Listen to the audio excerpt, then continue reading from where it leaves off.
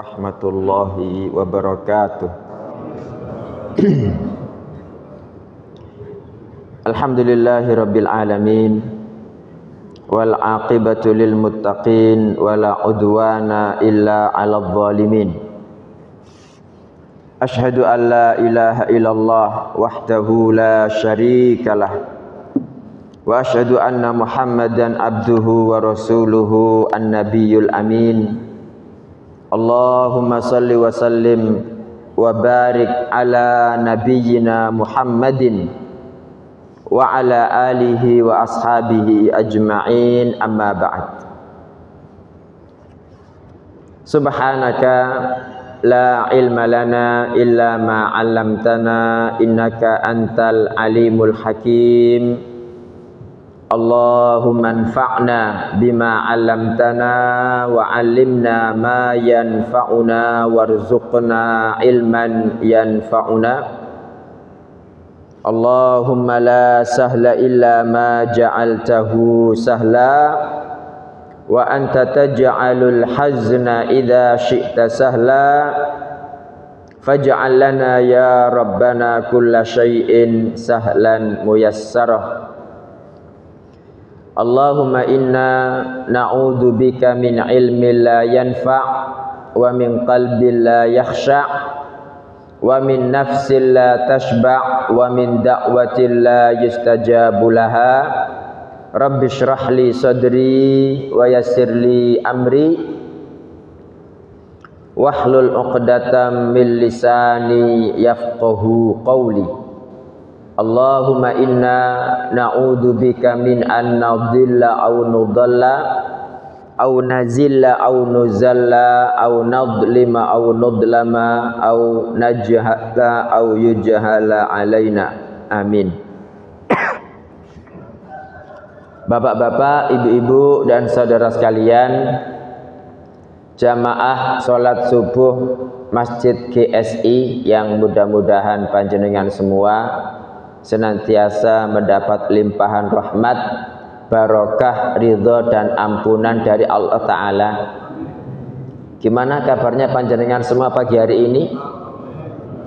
Sampun ngopi dereng? Nggih, niku coba entak menir ini biar ndak ngantuk wonten dispenser nggih. Nggih. Alhamdulillah Bapak Ibu, pagi hari ini Allah Ta'ala memudahkan saya dan panjenengan semua hadir di masjid ini. Kita datang dengan niat sholat subuh berjamaah nggih. Ada yang kesini niatnya bukan sholat subuh? Iya, ya mudah-mudahan Allah Ta'ala menerima ibadah sholat kita Bapak Ibu, yang kemudian kita lanjutkan dengan duduk bareng di sini. Kita niatkan silaturahim, kita niatkan kumpul orang-orang soleh. Masya Allah panjenengan ini soleh semua insya Allah nggih. Nek orang soleh itu pasti di masjid Bapak Ibu nggih. Jadi kita kumpul orang-orang soleh, ada panjenengan semua Masya Allah. Kemudian kita belajar ilmu yang mudah-mudahan saja nanti dapat ilmu yang manfaat dan barokah meskipun tidak banyak. Kita niatkan untuk mencari pahala haji dan umrah Bapak Ibu. Kita niatkan silaturahim, kita niatkan iktikaf, kita niatkan menghabiskan umur kita dalam ketaatan kepada Allah Ta'ala. Kita niatkan semua itu, mudah-mudahan Allah Ta'ala memberikan kepada saya dan panjenengan semua pahala yang kita niatkan itu. Tapi yakinlah Bapak Ibu bahwa kita sekarang ini lagi beramal soleh, meskipun duduk, kadang-kadang agak merem-merem dikit, ya maklumlah, jadi ngopi soalnya. Insya Allah itu masuk dalam bagian amal soleh Bapak Ibu. Pada turunnya kan mending di masjid kan bagi. Ya, jadi Bapak Ibu sekalian yang dirahmati Allah Ta'ala, insya Allah kita semua beramal soleh, maka kita bertawasul kepada Allah dengan amal soleh yang pagi hari ini kita lakukan bersama. Mudah-mudahan kelak kita dikumpulkan bersama-sama dalam surga Firdaus yang paling tinggi, tanpa azab, tanpa hisab, sebagaimana pagi hari ini kita kumpul bersama di tempat ini. Amin. Yang enggak mengamini berarti masuk surganya mampir dulu ke neraka. ngamine wae angel sih. Nggih, Bapak Ibu sekalian yang dirahmati Allah taala, kita pagi hari ini masuk bab 10 yaitu mengajarkan ilmu syar'i kepada anak. Masih ingat kan nggih? Banyak ayat yang dulu sudah kita bahas bersama. Dengan ayat-ayat itu Allah taala membimbing kita untuk kumpul bersama di surga. Pertama surat At-Tur ayat 21. Masih ingat nggih? Ini kita diperintahkan mengajarkan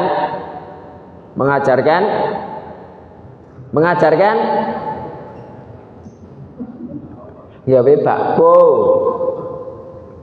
Mengajarkan iman. Itu surat At-Tur ayat 21. Allah berfirman, walladzina amanu, orang-orang beriman, wattaba'athum dzurriyyatuhum biiman, kemudian diikuti anak keturunannya dalam iman. Iman, Pak.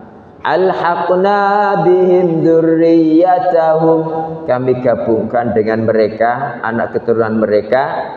Wa ma alatnahum min amalihim min syai', dan kami tidak mengurangi sedikit pun pahala amal soleh mereka. Kullu mri'im bima kasaba rahin, setiap orang tergantung kepada amal yang dia usahakan.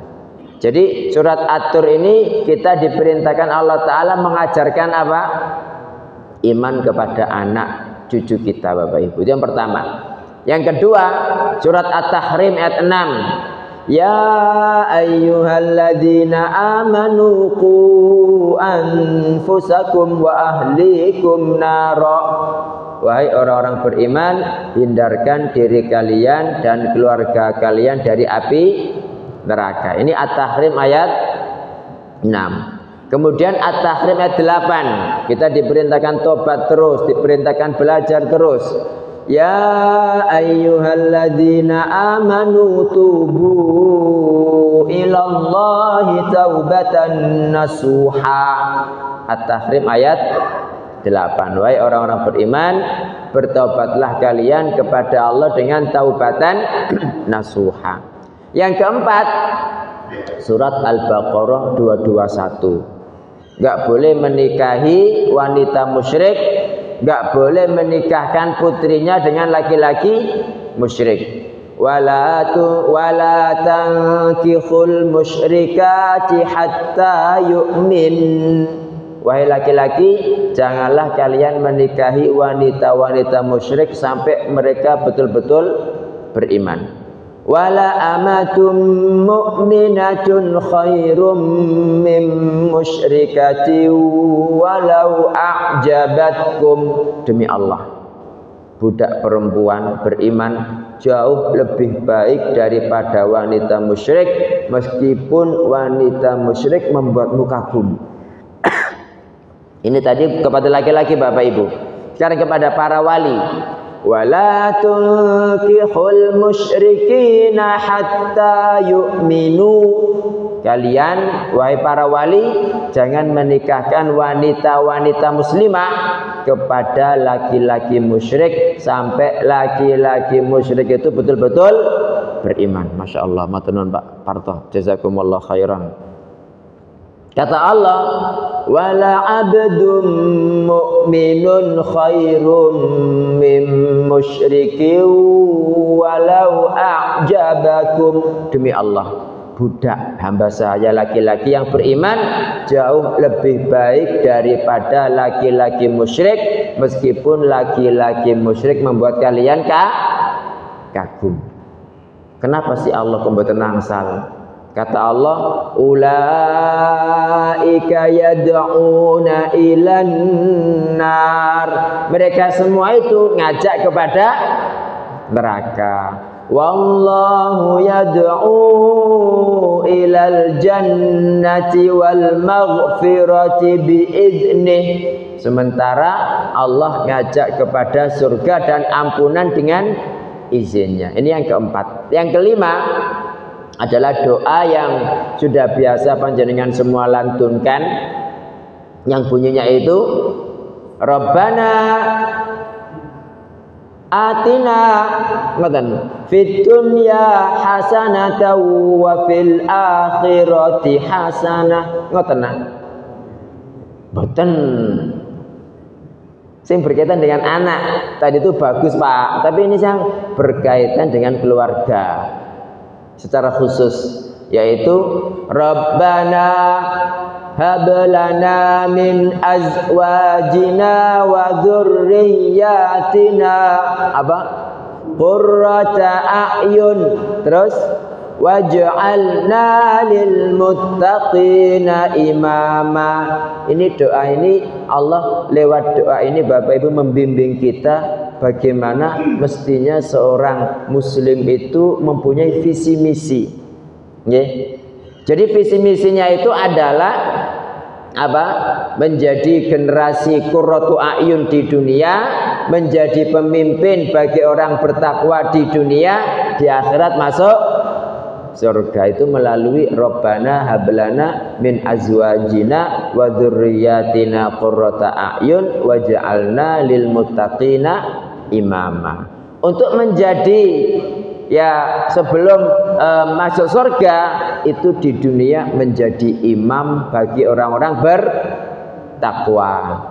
Masih bukan imam sholat, ya imam nak omai gitu loh. Dan untuk menjadi orang yang imam dalam rumahnya, pemimpin itu kan yang paling goblok apa sih paling pintar Bapak Ibu? Nah makanya imam bagi orang bertakwa itu harus memiliki nilai lebih dalam hafalan Qur'annya, lebih dalam kepandaian maca Qur'annya, lebih dalam ibadahnya, lebih dalam zikirnya, lebih dalam ketakwaannya, ketaatannya kepada Allah agar menjadi layak menjadi imam. Jadi menjadi imam bagi orang-orang bertakwa. Nah, untuk menjadi imam ini bagaimana agar bisa menjadi imam? Caranya adalah jadi qurratu a'yun dulu ketika kecil, Pak. Mulai kecil sampai dewasa itu menjadi qurratu a'yun. Apa sih qurratu a'yun itu? Kayak kura ngono ta? Halo.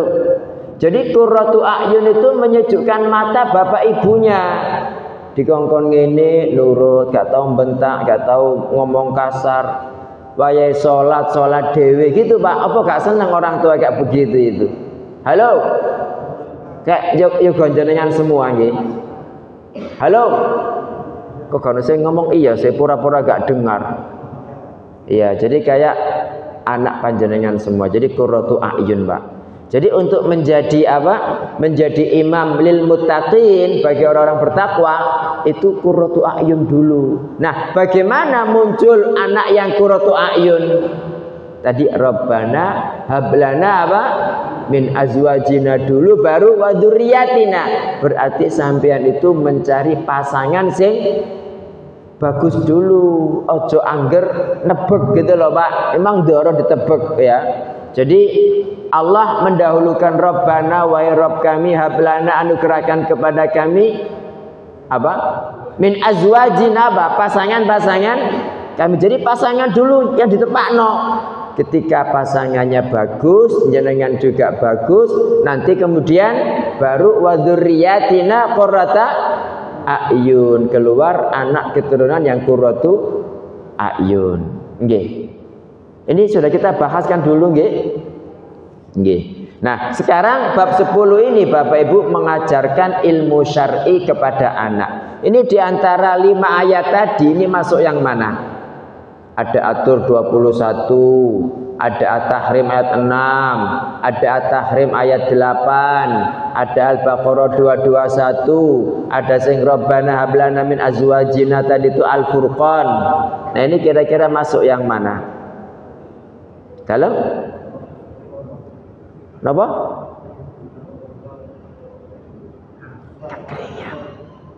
Napa Pak? Sing keras ngoten lho.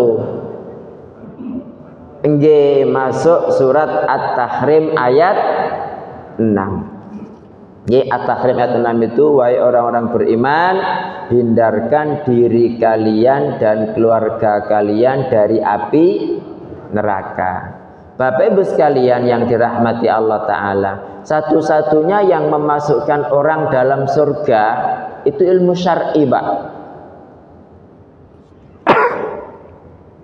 Makanya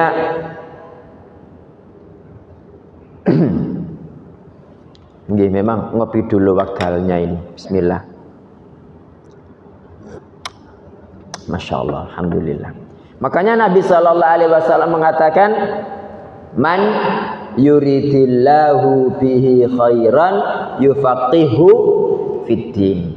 Barang siapa Allah menghendakinya kebaikan, kebaikan yang dimaksudkan adalah surga, yufaqihu fiddin, niscaya Allah menjadikannya faqih, paham dalam masalah agama. Kemudian waman salaka tariqan, barang siapa melewati suatu jalan, yaltamisu fihi ilman, pada jalan itu dia mencari ilmu. Ilmu apa? Syar'i. Sahalallahu lahu bihi tariqan ilal jannah, niscaya Allah memudahkan baginya jalan menuju surga. Ini kenapa kok ilmu syar'i, Pak? Kenapa satu-satunya yang nuntun orang ke surga kok ilmu syar'i? Kok butuh ilmu kedokteran misalnya, ilmu teknik misalnya, ilmu apalagi, ilmu komputer, ilmu kimia, meskipun semua ilmu tadi baik kan ya. Kenapa kok ilmu syar'i Nabi mengatakan butuh ilmu kedokteran misalnya, Bapak Ibu?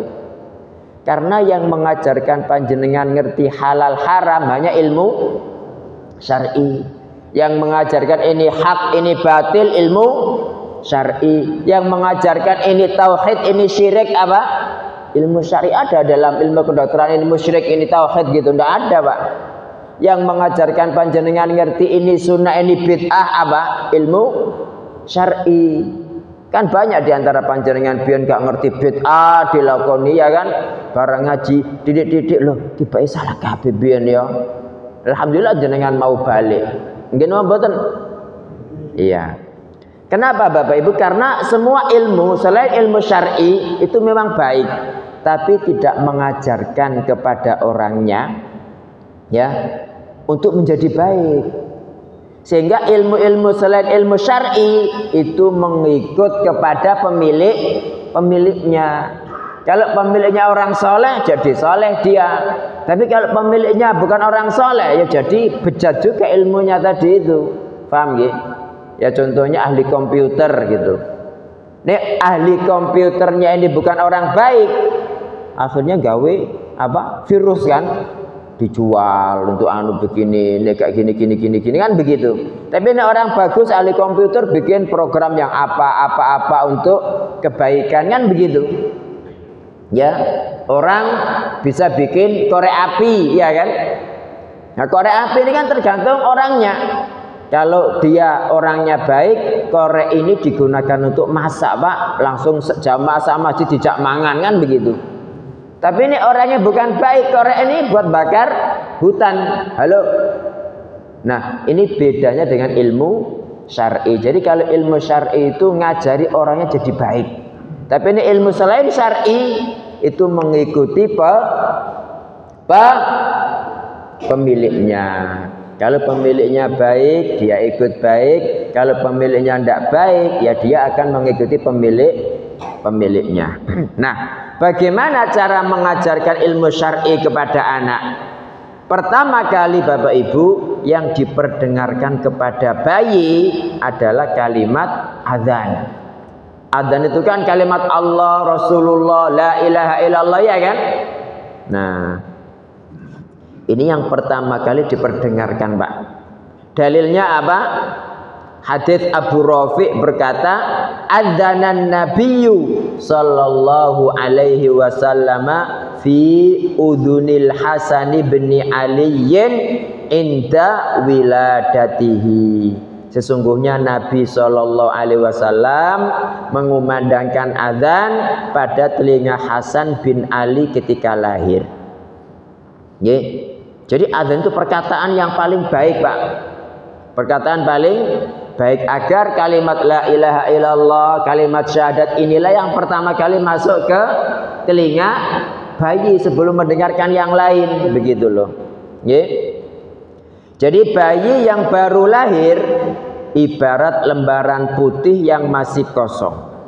Hendaknya yang dia dengar pertama kali sebelum apapun lainnya adalah zikrullah yang mengusir syaitan, agar zikir tersebut terus membekas dan menancap dalam dirinya. Panjenengan tahu mboten Bapak Ibu, ketika muadzin mengumandangkan adzan, setan itu lari terbirit-birit sambil kentut-kentut loh.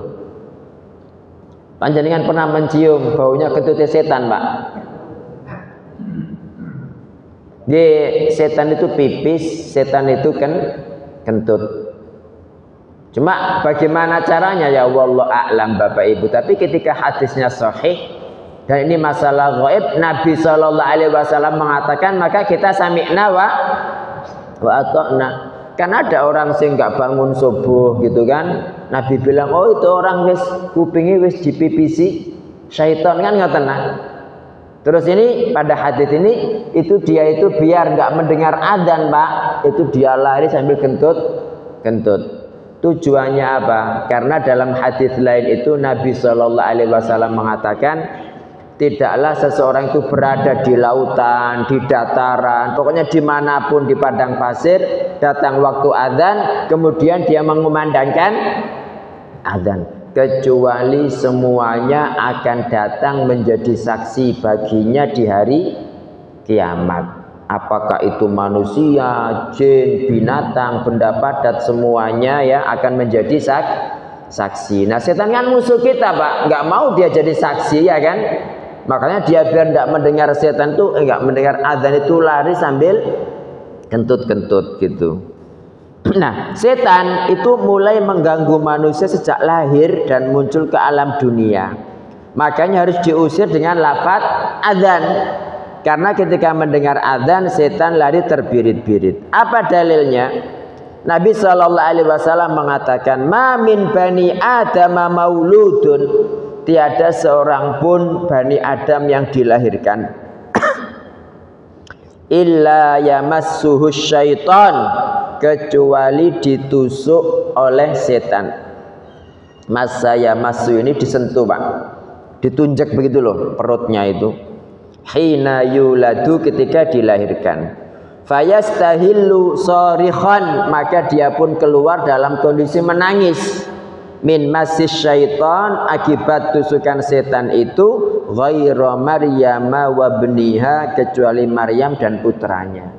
Jadi untuk Siti Maryam dan putranya siapa namanya Bapak Ibu? Nabi Isa itu ketika lahir enggak menangis. Kenapa? Karena enggak ditusuk syaitan. Loh kok bisa enggak ditusuk syaitan? Karena neneknya Nabi Isa itu berdoa dalam surat Ali Imran, wa inni u'idzuha bika wa dzurriyyataha minasyaitonir rajim. Aku ya Allah memintakan perlindungan untuk dia Maryam dan keturunannya dari setan yang terkutuk. Jadi Siti Maryam dan putranya, siapa nama putranya?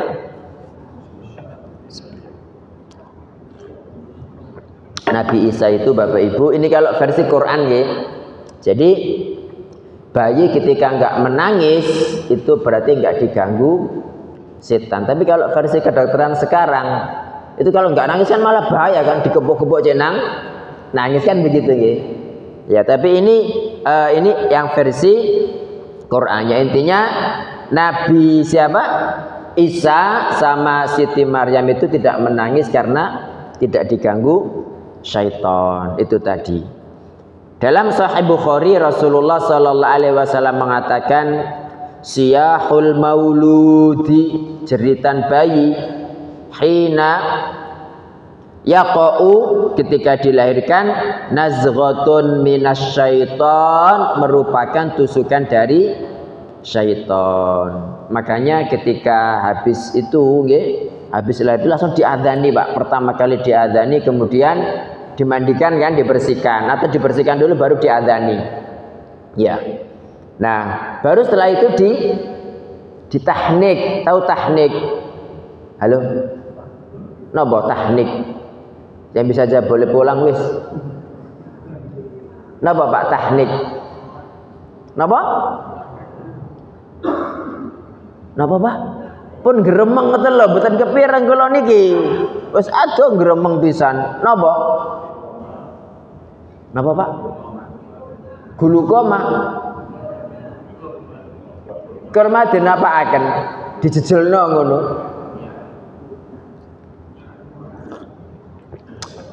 Jadi tahnik ini sunnah Bapak Ibu yang tidak tahu kaum muslimin sekarang banyak saya mengerjakan apa enggak.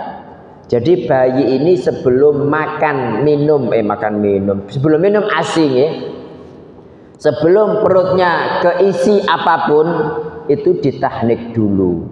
Kalau zaman sahabat dulu dibawa kepada Nabi Shallallahu Alaihi Wasallam sambil bawa kurma dikunyah sampai lembut, sampai lembut, kemudian dimasukkan dalam mulut bayi. Sambil diusapkan di langit-langitnya begitu sambil didoakan. Doanya apa? Allahumma barik lana fi ma razaqtana wa qina adzabannar. Ngoten nggih. Ya didoakanlah biar anak ini soleh, solihah begitu. Nggih. Ini saya contohkan doanya, Pak. Bukan dari Nabi, ini doa ngarang dewe. Bisa diikuti bisa ndak. Tapi paling tidak seperti inilah doanya. Allahumma. Kok jadi lupa nih? Ngopi dulu. Bismillah. Jadi gini. Ini kalau anaknya banyak, ya ini didoakan kalau ini jenengan doakan untuk semua anak jenengan. Tapi kalau misalnya pas bayi pertama itu doanya kan pakai lafadz mufrad. Ini yang banyak. Allahumma ja'al abna'i wa banati mubarakina aina makanu. Ya Allah, jadikan anak-anakku laki-laki dan perempuan ya, mereka semua diberkahi. Jenengan berkah maksudnya dimanapun mereka berada. Terus apa? Kok lupa? Saya tak tulis dulu. Allahumma ja'al abna'i wa banati mubarakin aina makanu. Terus Allahumma ja'alhum mukhlisin. Ya Allah, jadikan mereka orang-orang yang ikhlas, mujahidin yang berjihad gak pengecut, muslihin yang melakukan perbaikan. Allahumma ja'alhum atqiya. Ya Allah, jadikan mereka bertakwa. Adqiya cerdas, aghniya apa aghniya? Kaya. Allahumma ja'alhum ulama rabbaniyin. Ya Allah, jadikan mereka itu ulama yang rabbani, yang mengamalkan ilmunya. Allahumma ja'alhum mutafaqqihina fiddin. Ya Allah, jadikan mereka itu yang faham agama. Allahumma ja'alhum min hafadhati kitabika wa min hafadhati sunnati nabiyyik. Ya Allah, jadikan mereka itu orang-orang yang hafal kitabmu, hafal sunnah nabimu. Allahumma barik lahum fi dzurriyyatihim. Ya Allah, berkahi mereka pada anak keturunannya.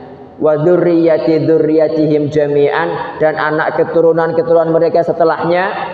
Waqihim syarra kulli dzi syarrin ya rabbal alamin, dan hindarkan mereka semua ya Allah dari keburukan semua yang buruk, wahai Rabb alam semesta. Nah seperti itu Pak, jenengan ya ini dibawa pertama kali kepada orang soleh ya, sambil dikasih kurma tadi itu, terus habis ditahnik didoakan seperti itu, baru setelah itu disusui sama ibunya. Kalau nggak ada kurma bisa pakai Cadbury, bisa pakai beng-beng, ngoten nggih. Iya, halo. Ya, jadi itu namanya tahnik. Loh Ustaz, katanya palsu hadisnya yang mengadzani itu. Iya. Jadi kalau ada hadis yang adzan di telinga kanan, qomat di telinga kiri, itu memang hadisnya palsu. Tapi kalau adzan saja seperti yang tadi saya sebutkan itu, hadisnya Bapak Ibu itu hadisnya sahih, diriwayatkan oleh Abu Dawud, Tirmidzi dan Al-Hakim seperti itu. Ini jadi pertama kali bagian daripada mengajarkan ilmu syar'i itu adalah adzan. Dan anak itu Bapak Ibu, ya bayi itu kan boleh mendengarkan pertama kali, itu jangan sampai mendengar yang buruk-buruk. Ada orang ngerumpi ditinggal, jangan tidak nangkuno nanti masuk semua ke bayi itu. Jadi didengarkan murotal, didengarkan murotal. Makanya kalau pingin anaknya nanti itu ketika dewasa sudah hafal Quran atau mudah menghafalnya, itu kan setiap hari kan dibacakan 1 juz. Jadi 1 bulan pertama itu dibacakan setiap hari juz pertama, bulan kedua juz kedua, sampai 30 bulan 30 juz. Itu berarti bapaknya membacakan Pak, nang kupingnya anak itu dibacakan Al-Baqarah, pokoknya 1 juz itu. Waduh, ngaji yang betul sakit Ustaz, ya murotal habis setelno gitu setelno ditegakkan di telinganya, biar terbiasa Pak, biar yang didengarkan itu gitu. Dan panjenengan juga seperti itu. Ya, biar kita itu Islami ya, itu dibiasakan telinga kita mendengarkan Quran. Jangan dangdut, nang omah dangdut, nang warkop dangdut, nang warung dangdut, potong rambut dangdut. Ya Allah, kapan dangdut tidak hilang-hilang ini? Nggih, seperti itu. Nggih mboten, Pak. Jadi dibiasakan telinga kita mendengarkan murotal gitu loh, biar setan hilang kabeh gitu. Nggih, ini yang pertama. Kenapa sih ke ilmu syar'i, Ustaz? Belajar ilmu syar'i gak semangan anakku, gak sesuge wong duwe ilmu agama kan begitu nggih. Nggih mboten. Halo. Nggih toki. Ya justru pertama kali yang harus kita ketahui ilmu agama, Pak. Jangan lo punya anak misalnya pinter ilmu sembarang tapi salatnya nggak bener, wudunya nggak bener. Gimana seperti itu? Nggih. Jadi banyak orang itu yang Allah pinter profesor tapi wudunya nggak tepat, ngaji Al-Fatihah gak iso. Kayak saya gitu loh Pak Bu. Jadi ilmu hakiki itu adalah yang mengenalkan anak kepada penciptanya. Itu ilmu syar'i. Makanya kemudian yang wajib dilakukan orang tua kepada anak ketika mulai belajar bicara adalah mengajarkan lafaz la ilaha illallah. Juga menanamkan rasa cinta kepada Islam Pak dalam kalbunya. Ilmu sebenarnya adalah ilmu yang menunjukkan manusia untuk mengenal sang penciptanya. Ya. Ilmu sebenarnya adalah ilmu yang menunjukkan manusia untuk mengenal sang penciptanya. Adapun jika ilmu semakin menjauhkan seseorang dari penciptanya, maka hanyalah kesesatan dan bukan pengetahuan. Maka ajarkan pertama kali kepada anak kita masalah keimanan Bapak Ibu. Nah ini tadi kan surat apa? At-Tur ayat 21. Bagaimana anak menjadi tebal imannya dan sudah mengenal Robnya pada usia dini. Jangan sampai anak sudah dewasa tapi tidak pernah mengenal siapa itu Allah. Hasan Al-Basri berkata, "Man izdada ilman," barang siapa bertambah ilmu, walam yazdad hudan, tapi tidak bertambah hidayah, lam yazdad minallahi illa bu'dan, maka tidak bertambah dari Allah kecuali semakin jauh. Imam Syafi'i berkata, kullul ulumi siwal qur'ani masyghalatun, setiap ilmu selain Quran hanyalah membuang-buang waktu, masyghalah. Illal haditha, kecuali hadis, wa ilmal fiqhi fid dini, dan ilmu fikih dalam agama. Ini Imam Syafi'i yang ngomong Pak. Al ilmu ma kana fihi qala haddatsana. Ilmu sebenarnya adalah yang di dalamnya terdapat kata haddatsana, hadis. Wa ma siwa dzaka waswasus syayatini, adapun selain itu hanyalah bisikan-bisikan setan. Ya memang ilmu pertama kali Quran hadis Pak. Itu ya biar orang itu selamat, ngerti Quran, ngerti hadis. Nah sekarang itu kan banyak Pak, orang-orang itu ya Quran hadis sebagai sumber utamanya dalam berislam, tapi dia maca Quran tidak bisa, baca hadis tidak bisa, Arab tidak ngerti, ya kan? Malah ada orang Islam tapi pertama kali yang dia bantai itu Quran sama hadis, ya kan? Pengennya semua itu logika, padahal kan Islam itu kan tidak berdasarkan logika, Bapak Ibu. Gini mboten? Iya, jadi Islam itu tidak berdasarkan logika, tapi berdasarkan qala Allah, qala Rasul. Dan akal yang benar itu tidak akan menyalahi, tidak akan bantah Quran, seperti itu. Nggih. Makanya orang ketika ngerti agama, Bapak Ibu, itu Allah memujinya dengan firman-Nya pada surat Az-Zumar ayat 9. 189 itu halamannya. Qul hal yastawil ladzina ya'lamuna wal ladzina la ya'lamun. Apakah sama orang-orang yang mengetahui dengan orang-orang yang tidak mengetahui? Enggak sama kan? Yang satu ngerti halal, yang satu ngerti haram, gitu. Nah, kalau ilmu dunia, nggih ngapunten, ilmu dunia itu nggih Bapak Ibu, bukannya kita jangan belajar ilmu dunia, mboten. Kalau kita sibuk dengan ilmu dunia, akhirnya apa bedanya dengan orang-orang kafir? Nggak ada bedanya, gitu loh. Cuma masalahnya kita itu belajar ilmu dunia itu setelah ngerti agama. Jangan kemudian melulu dunia tok, agama ini gak ngerti blas, itu loh Bapak Ibu. Orang ketika sudah condong dari ilmu dunia, muslim gak bisa ngaji. Rata-rata begitu, nggih mboten? Nah, saya diubah, anakmu ajarono ngaji dhisik, ngajarono iman dulu, baru belajar ilmu dunia sak pinter-pintere, kan begitu. Jangan kemudian Islam tapi orientalis, kan begitu kan? Islam tapi liberal gitu Bapak Ibu, karena nggak pernah belajar Quran sama hadis. Justru yang namanya orang alim itu kata Allah dalam surat Fatir 28, innama yakhsyallaha min ibadihil ulama. Di antara hamba-hamba Allah yang takut kepada Allah itu hanyalah para ulama. Makanya banyak ilmuwan Bapak Ibu, ilmuwan ahli kulit, ahli apa gitu. Itu semakin dia meneliti, akhirnya dia masuk Islam, Pak. Akhirnya dia masuk Islam.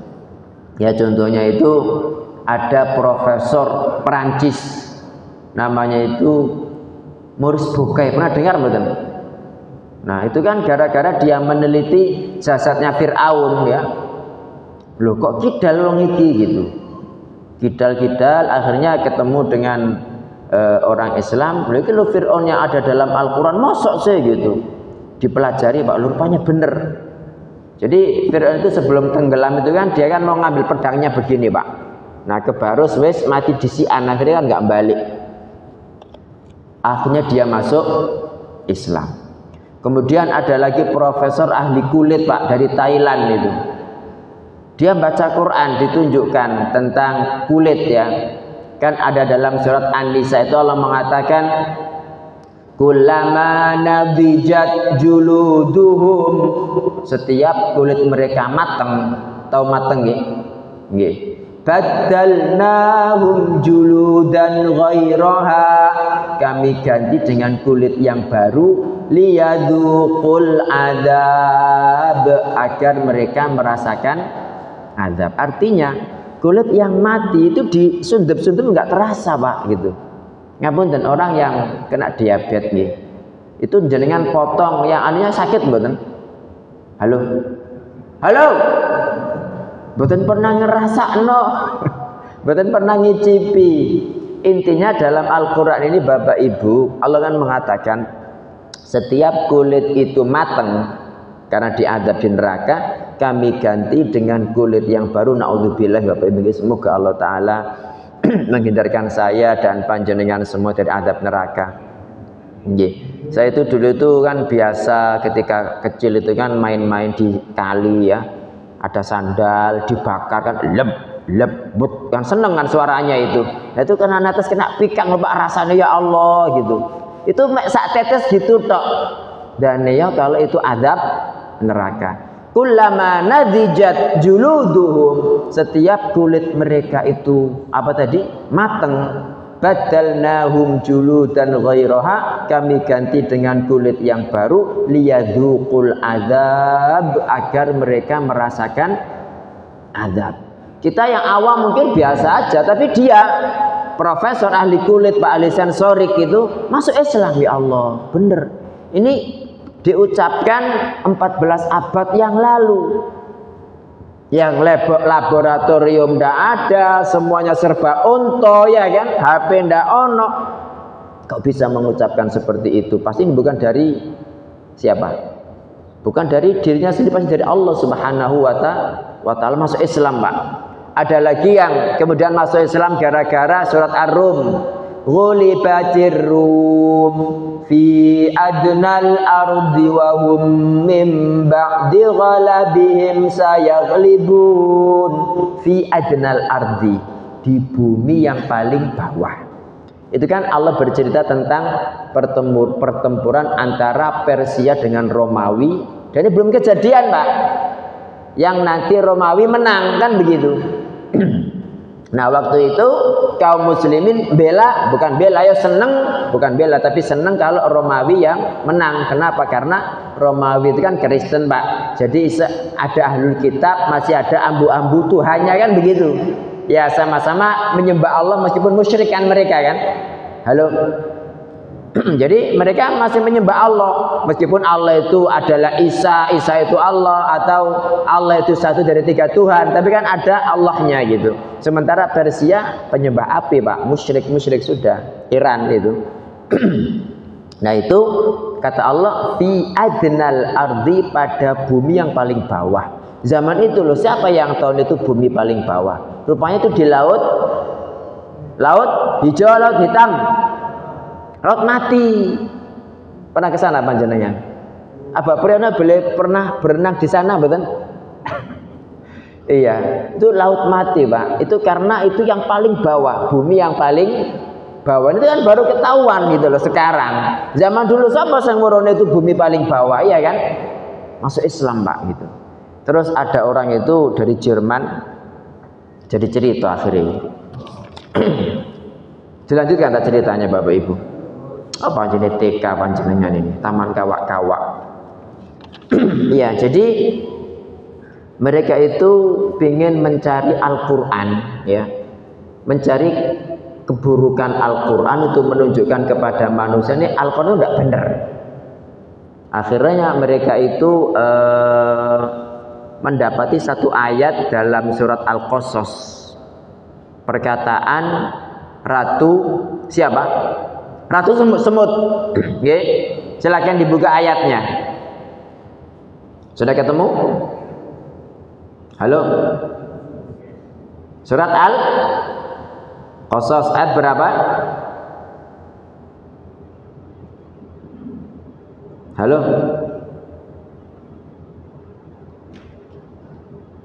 Surat An-Naml rupanya, ngapunten. Surat 27 ayat 18. Yeah. Jadi sampai orang itu tahu. Zaman ketemu? Ayo kita baca bersama-sama.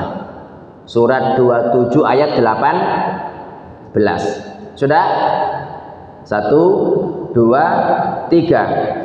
Hatta idza atau ala wadin namli qalat namlatu ya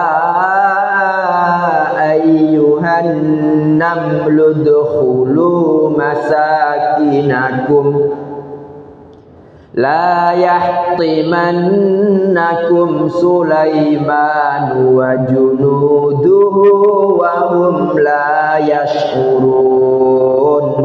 Hingga apabila mereka sampai di lembah semut, berkatalah seekor semut. Ini Quran tahu, Pak. Namlah kan perempuan kan, ada tak marbutohnya, berarti mu'annas. Berarti enggak ada raja semut, yang ada itu ratu semut. Jadi semut perempuan ratunya berkata, ya ayyuhan namlu, hei para semut, udkhulu masakinakum, masuklah ke dalam sarang-sarangmu, la yahtimannakum Sulaimanu, agar kamu tidak diinjak oleh Sulaiman dan tentaranya, wa junuduhu wa hum la yash'urun, sementara mereka tidak menyadari. Ada enggak surah pernah dengar jenengan Al-Hutamah, Pak? Pernah dengar Al-Hutamah? Halo? Halo? Jenengan lo apal pura-pura lali. Al-Hutamah pernah dengar? Gimana bunyinya? Wa ma adraka mal hutamah. Neraka itu nama lainnya adalah Al-Hutamah. Jadi kata hatama yuhatimu Bapak Ibu itu menghancurkan, memecahkan. Nah, jadi Al-Hutamah itu apapun yang dimasukkan ke dalamnya pecah, hancur. Nah ini mereka, ini bukti nggak benernya Al-Quran ini. Jadi kata la yahtimannakum, terjemahan biasanya kan jangan diinjak, ya kan? Tapi makna aslinya janganlah sampai Sulaiman dan tentaranya meremukkan. Nah, meremukkan, memecahkan kalian, gitu. Loh kok bisa menggunakan kata remuk? Remuk kan kaca. Semut itu bukan kaca. Diteliti Bapak Ibu, rupanya semut itu ada unsur kacanya. Subhanallah, sampai sedetail itu gitu loh.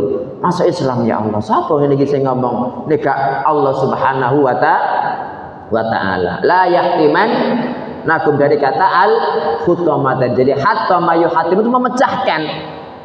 Ya, memecahkan sampai remek kaca. Jadi semut itu ada unsur kacanya, akhirnya nggak jadi jelek-jelekan Islam, malah semua masuk Islam. Itu kalau memang ya ilmu semakin tinggi, Pak. Ya memang hidayah dari Allah Subhanahu wa ta'ala. Ya. Ini Bapak Ibu sekalian yang dirahmati Allah Ta'ala. Ada lagi yang namanya surat Al-Ankabut. Itu nggak ada yang tahu, Pak, kalau yang bangun rumah itu laba-laba betina. Nggih. Halo. Nah, ini laba-laba betina ini kalau di manusia gitu kayak wong sing juwahat ngono, Pak. Nggih, barang wis mari ngono dipateni bojone. Ada enggak laba-laba? Ini silakan dibuka suratnya, udah ketemu? Ya, ada kata laba-laba. Halo. Spider. Sudah ketemu? Halo. Surat 29 ayat 41. Ini baru tahu bahwasanya yang bangun rumah itu adalah laba-laba betina. Sudah ketemu? Surat apa? Ayat 41. Ayo kita baca. Pun geremeng Pak, yang keras baca Quran itu. Kayak dosa yang maca Quran ya. 1, 2, 3. Mathalul ladzina ittakhadhu min dunillahi awliya kamathalil ankabuti ittakhadat baita wa inna awhanal buyuti labaitul ankabut law kanu ya'lamun. Ulang. Mathalul ladzina ittakhadhu min dunillahi awliya kamathalil ankabuti ittakhadat baita wa inna awhanal buyuti labaitul ankabut law kanu ya'lamun. Mohon Abah Hidayat dibaca artinya.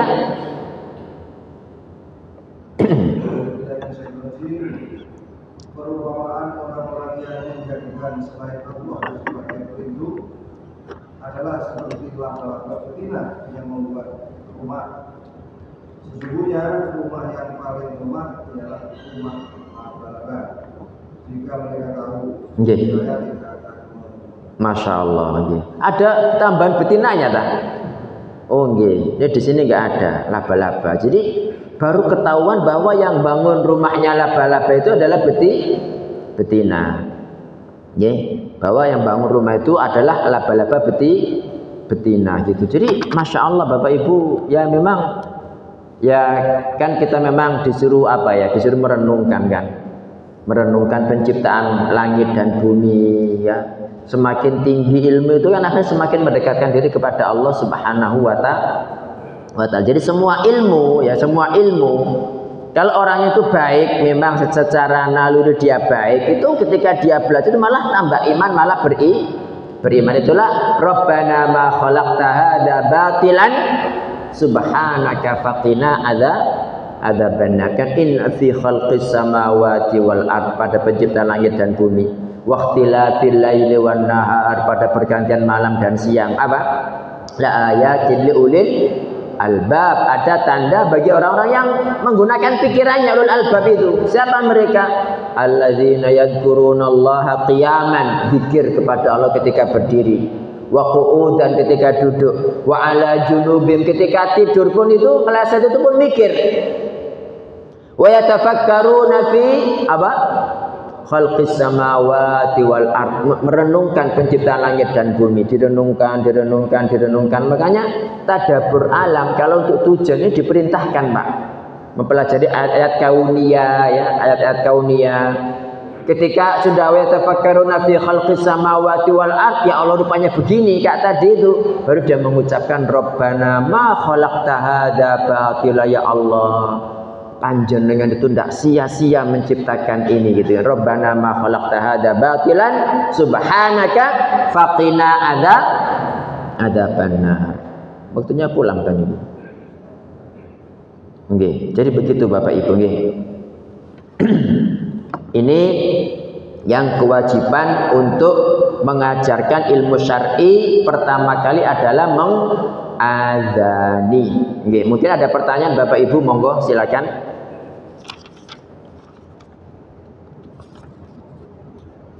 Halo. Monggo, Abah nggih.